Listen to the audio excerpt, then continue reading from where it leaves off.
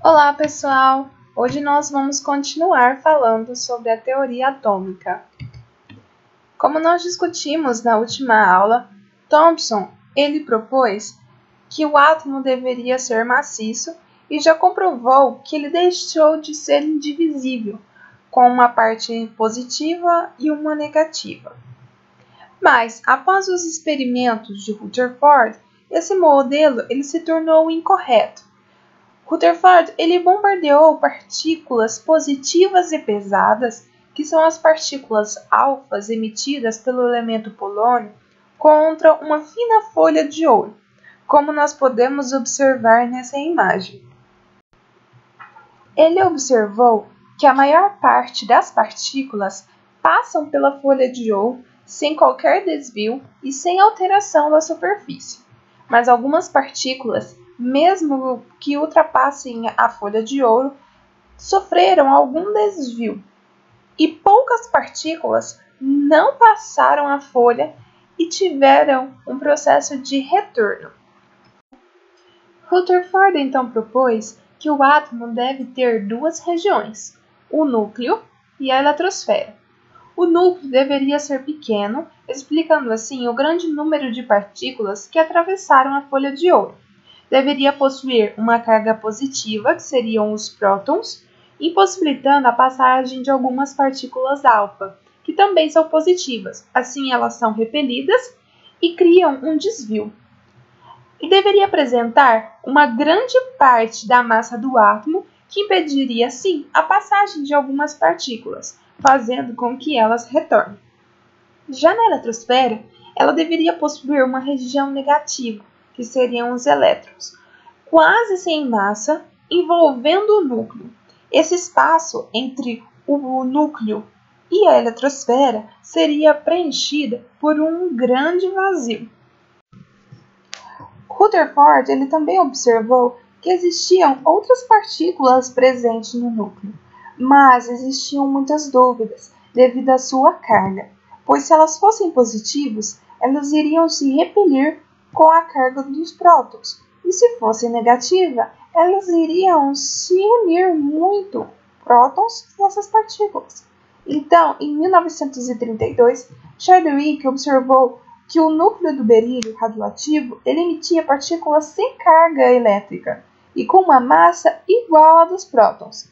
Então, ele descobriu os nêutrons, que são partículas neutras que se localizam no núcleo com uma massa igual à dos prótons.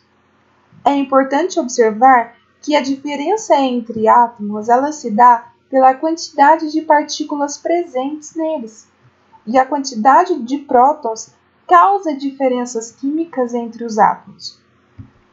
Em 1913, Mondeley, a partir dos seus experimentos com raio-x, percebeu que o comportamento de cada elemento químico está relacionado com a quantidade de cargas positivas presentes no núcleo. Isso são os prótons, que foram representados como número atômico, a letrinha Z. Um átomo ele possui um sistema eletricamente neutro. Então, o número de prótons é igualmente ao número de elétrons. Por exemplo, o cálcio ele possui um número atômico igual a 20. Então, o número de prótons será igual a 20 e o número de elétrons será igual a 20. Os átomos eles podem ainda perder ou ganhar elétrons. Esse é um processo que se chama íons, onde os prótons são diferentes do número de elétrons. Na imagem, nós podemos observar os dois tipos existentes de íons, os cátions e os ânions. Os cátions são íons carregados positivamente, onde eles vão perder elétrons. E os ânions são íons carregados negativamente, onde eles ganham elétrons. Então, um átomo que é um cátion, ele vai dar um elétron para um átomo que é um ânion. No caso, os cátions, eles possuem um número de prótons bem maior que o número de elétrons. Por exemplo, o sódio, ele possui um número atômico igual a 11. Assim, o número de prótons é igual a 11 e o número de elétrons é igual a 11. Mas, Se ele é um cátion, ele vai perder um elétron. No caso, então, nós ficaríamos com um próton igual a 11 e elétrons igual a 10.